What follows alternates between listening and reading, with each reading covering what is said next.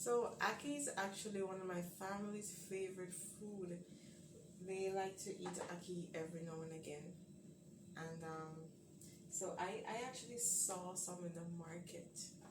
It's not. I'm not sure if it's ackee season or not.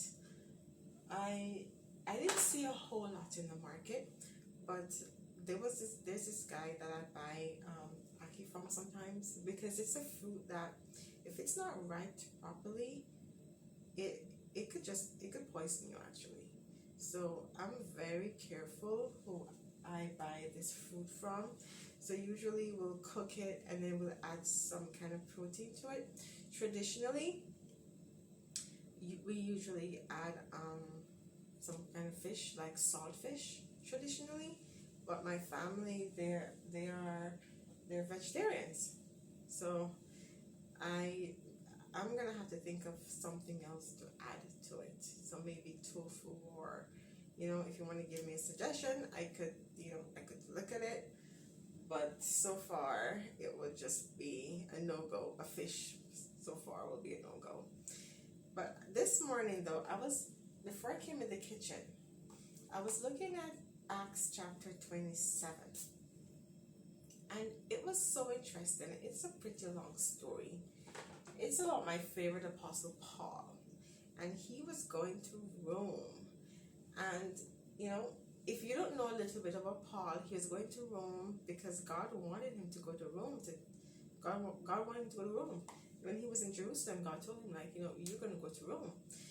And so he was on this ship going to Rome because he was going to be tried by Caesar, because the Jews had a problem with him.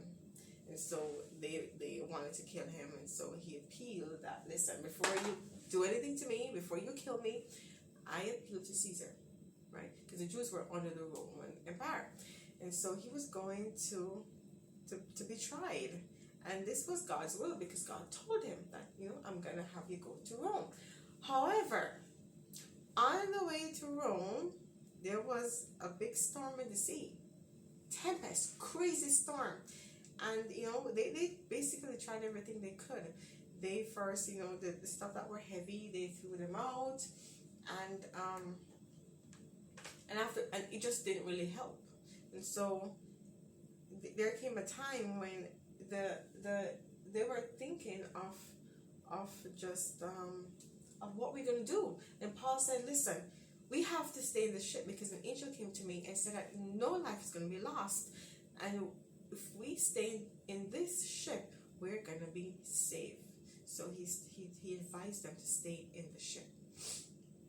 And so they stayed, and after a while things just got worse and worse and worse. And it came to a point where the ship just got wrecked totally, and they had to just take the little boards that made the ship up and use it as a floating instrument and swim to shore. And so they were all saved because of that. And so that was actually in the last chapter. And it says, and the rest, some on boards and some on broken pieces into the ship, pieces of the ship. And it came to pass that they all escaped safe to land. And this story was so profound to me, because it really brought home situations that we all face in life. We are sometimes in situations where we're wanting to leave so badly because the situation is so crazy. It's a danger to our life. We don't see any way out, and we don't see just the possibility of daylight, and we're saying, I have to get out of this. I have to leave to save my own life. And God is saying, stay in that situation, because it's not time to go. I want you to stay. Sometimes we are in a job that we just know there's no good that's going to come of that job. We are in relationships that we just know there's no good that's going to come of that relationship. We're part of maybe a religious organization, maybe a church, and we know that based on what is going on, there's nothing good that's going to come off it, But yet God is saying, stay, because I have a plan. And so God is a God of time. He's just not a God of saying, I see something wrong here. I see us sinking here. I'm going to jump off and I'm going to go run. I'm in a bad relationship and this relationship is not going anywhere and I'm going to just go run off. You know, he's a God of time. And there's a perfect time for every situation. And so there came a time when everyone on that ship had to figure a way out to jump into that ocean and to swim to shore. And because of that, they were all safe. But the time when they wanted to leave the ship, it was not that time. And if they left that time, then they would not have been alive. But the time when they were supposed to leave, at that appointed time, then they were all saved. There's a time that we're supposed to walk away. And sometimes it seems like the time is never coming. We are in a relationship where, you know, it's just not going anywhere. We're unhappy. We're in a job where it's just not going anywhere. We're being abused at that job. You know, we're taken advantage of. We're not paid the salary where we're supposed to be paid. We're not being recognized or appreciated in the ways that we're not that we're supposed to be appreciated. You know, we give more than what we get. You know, we're a part of a church where there's all sort of abomination taking place.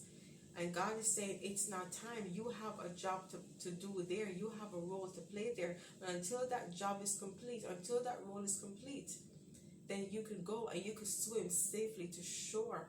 Because when we get to the shore, then God have a plan at that shore. But if we swim too early in advance, we might not have the energy, we might not have the resource, what it takes to get to shore.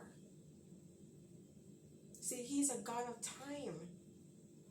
And so, as Christians, we ought to be patient. That's one of the attributes of Christ, being patient, being long-suffering. And while I'm telling you all this, I'm speaking to myself as well.